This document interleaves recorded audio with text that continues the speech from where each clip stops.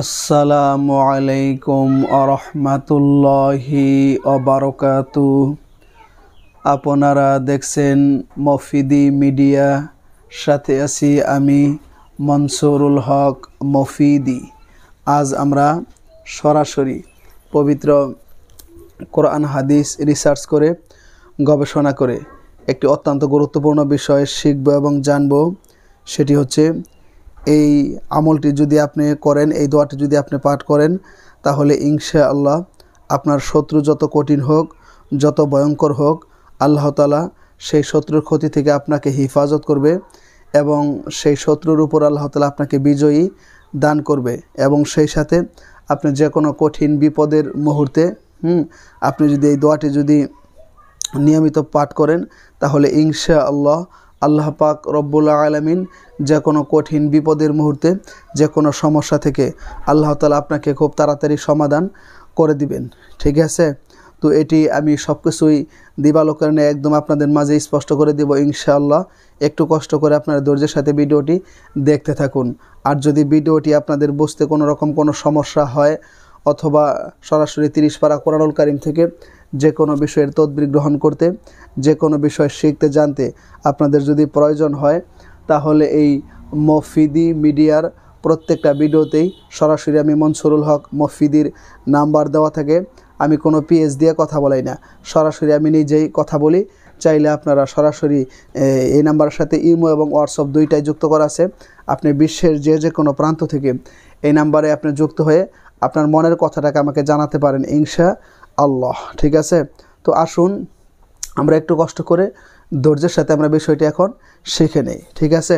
তো অনেক দিনই ভাই ও বোনেরা আমার কাছে বলেন যে শত্রুর যন্ত্রণায় আমি একদম শেষ হয়ে যাচ্ছি।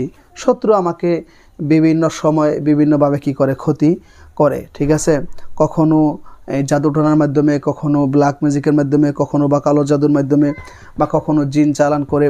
সেই সাথে একজন শত্রু কিন্তু একজনের সাথে দুশ্মনী করলে বিভিন্নভাবেই তার কিন্তু কী করতে পারে, ক্ষতি করতে পারে। আসলেই যে এই শত্রুতার কবলে পড়েছেন সে এই বিষয়টি উপলব্ধি করতে পারবেন, আর যে এই শত্রুতার কবলে পড়েন নাই সে হয়তো এই বিষয়টি উপলব্ধি করতে পারবেন না।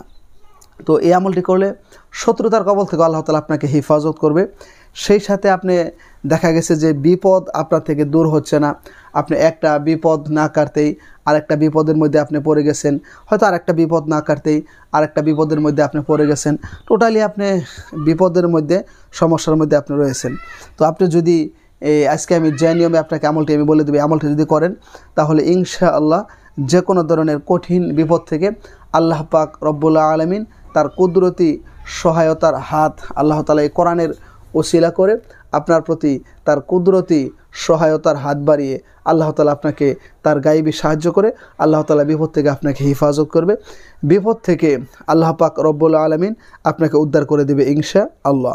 তো আসুন এখন আমরা আমলটি কিভাবে করব।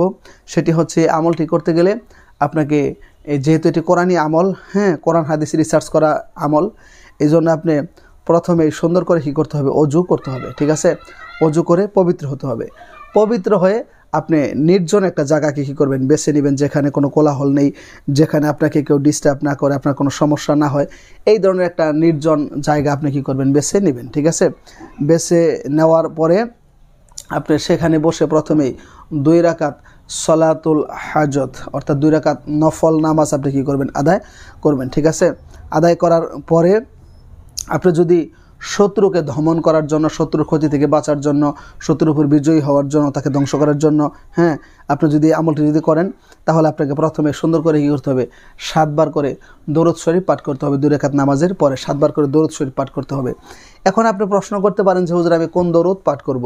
তো আমি সেই ক্ষেত্রে আপনাকে বলবো, আপনি যদি চান যে সবচাইতে ছোট দরুদ রয়েছে সাল্লাল্লাহু আলাইহি ওয়াসাল্লাম, এটিও আপনি পাঠ করতে পারেন। অথবা নামাজের মধ্যে যে আপনি যে দরুদরা পড়েন, দরুদে ইব্রাহিম, সেটাও কিন্তু আপনি পাঠ করতে পারেন, তাতেও কিন্তু কোনো সমস্যা নেই।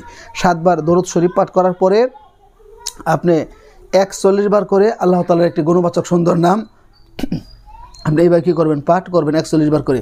শব্দটি হচ্ছে ইয়া কদিরু, ইয়া কদিরু, ইয়া কদিরু, ইয়া কদিরু, ইয়া কদিরু। হ্যাঁ, ইয়া কদিরু এই শব্দটি কে না বলতে পারবে? সবাই বলতে পারবে।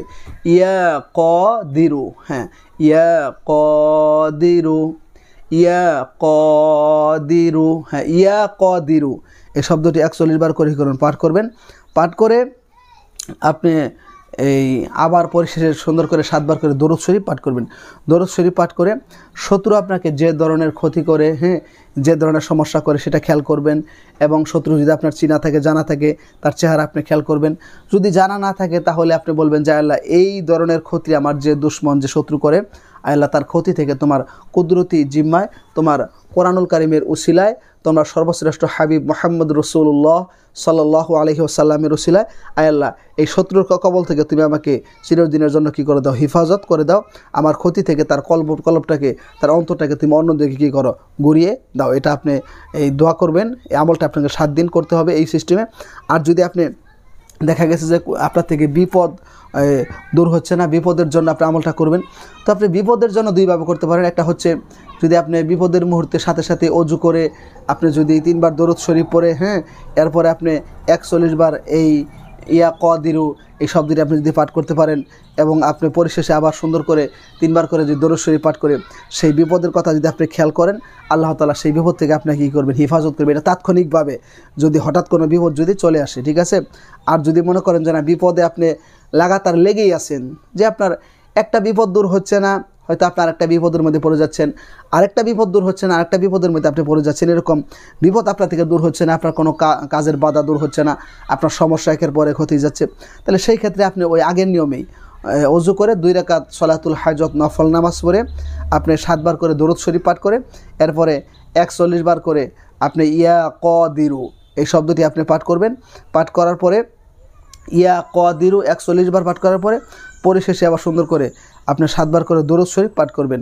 দরুদ শরীফ পাঠ করে আপনি যে ধরনের বিপদের মধ্যে রয়েছেন, যে ধরনের সমস্যার মধ্যে রয়েছেন, বলবেন, আয় আল্লাহ, আমি যে সমস্যার মধ্যে রয়েছি, আমি এই বিপদের মধ্যে রয়েছি, এই বিপদ তুমি ছাড়া আসমান জমিনের মধ্যে এমন কোনো ইলাহ নেই, এমন কোনো মালিক নেই যে সেই বিপদ থেকে আমাকে কী করতে পারে? হিফাজত করতে পারে, আমাকে উদ্ধার করতে পারে।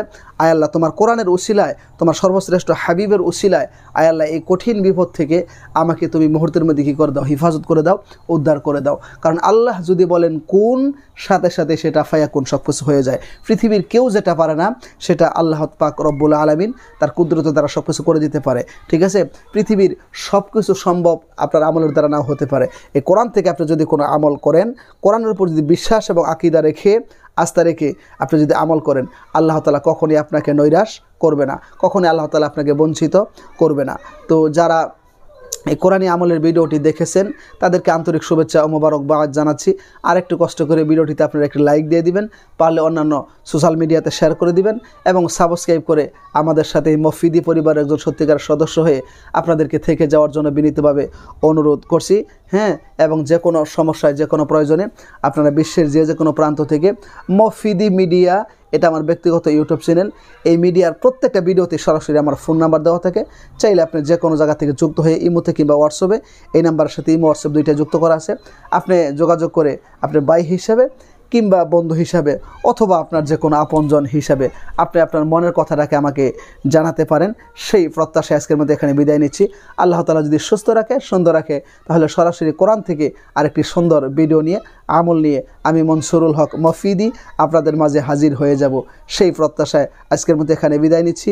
আল্লাহ তাআলা আপনাদেরকে এই কোরআনের সাথে কবুল করুক, ইসলাম ও ঈমানের সাথে কবুল করুক। আমিন। আসসালামু আলাইকুম ওয়া রাহমাতুল্লাহি ওয়া বারাকাতুহু।